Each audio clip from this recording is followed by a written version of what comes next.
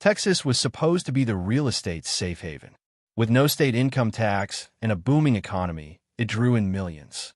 But in 2025, the narrative is shifting.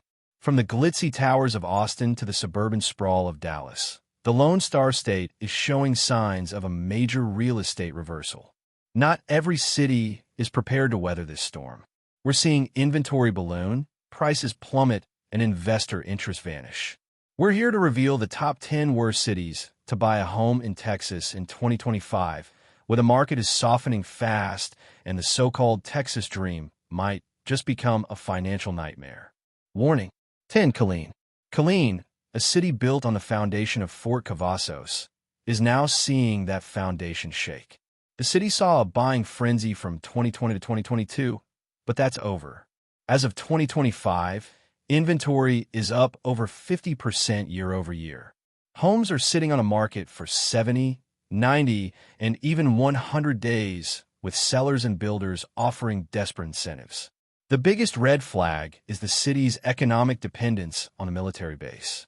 Any shift in troop levels or federal funding could cause the housing demand to collapse. Long-term appreciation is fading, and even investors are struggling with high vacancy rates. 9. Corpus Christi. At first glance, this coastal city feels like a dream, but in 2025, it's a high-risk gamble. Corpus Christi is facing a perfect storm of environmental and economic risks. Flood insurance premiums have skyrocketed, with some homes now requiring $5,000 to $7,000 in annual costs. Home values along the coast have dipped sharply, and the broader economy is stalling. With limited opportunities beyond port and refinery jobs, many young professionals are moving to Austin and San Antonio. The high maintenance costs of coastal homes and the rising insurance premiums make the financial undertow a major threat for unprepared buyers. 8. Lubbock. Lubbock, a college town known for Texas Tech and affordable homes, is now facing a quiet unraveling. From 2021 to 2023, developers built a massive oversupply of new homes, but the anticipated demand never fully materialized. Inventory is climbing, and homes are sitting on the market for 90 days or more. Builders are resorting to free upgrades and closing credits to move units. The city's economic engine is limited to education and healthcare, and with stagnant population growth and rising mortgage rates, the market is slowly but steadily drifting downward, making it a poor choice for those seeking fast appreciation or reliable equity. 7. Frisco. Once the darling of Texas real estate, Frisco's promise is cracking under its own weight. The city is drowning in oversupply, with inventory up nearly 80% year over year. Luxury builds that once sparked bidding wars are now sitting idle, with developers slashing prices by $30,000 to $50,000 or more. Infrastructure is strained, traffic is a major issue, and property taxes are spiking. Many buyers who purchased at the peak in 2022 are now underwater, watching their equity evaporate. For buyers chasing appreciation or rental cash flow, the numbers in Frisco no longer make sense. 6. Pasadena. A hardworking suburb of Houston, Pasadena has become one of the riskiest places to buy a home due to one major factor: flooding. Many homes are in high-risk flood zones, and some homeowners are paying over $6,000 a year in flood insurance alone. Since mid-2024, home prices have dropped by nearly 9%, and investors have already left. The city's aging drainage systems and low elevation mean that even moderate storms can cause significant damage. What was once a stepping stone into the Houston market is now a financial liability. 5. McAllen.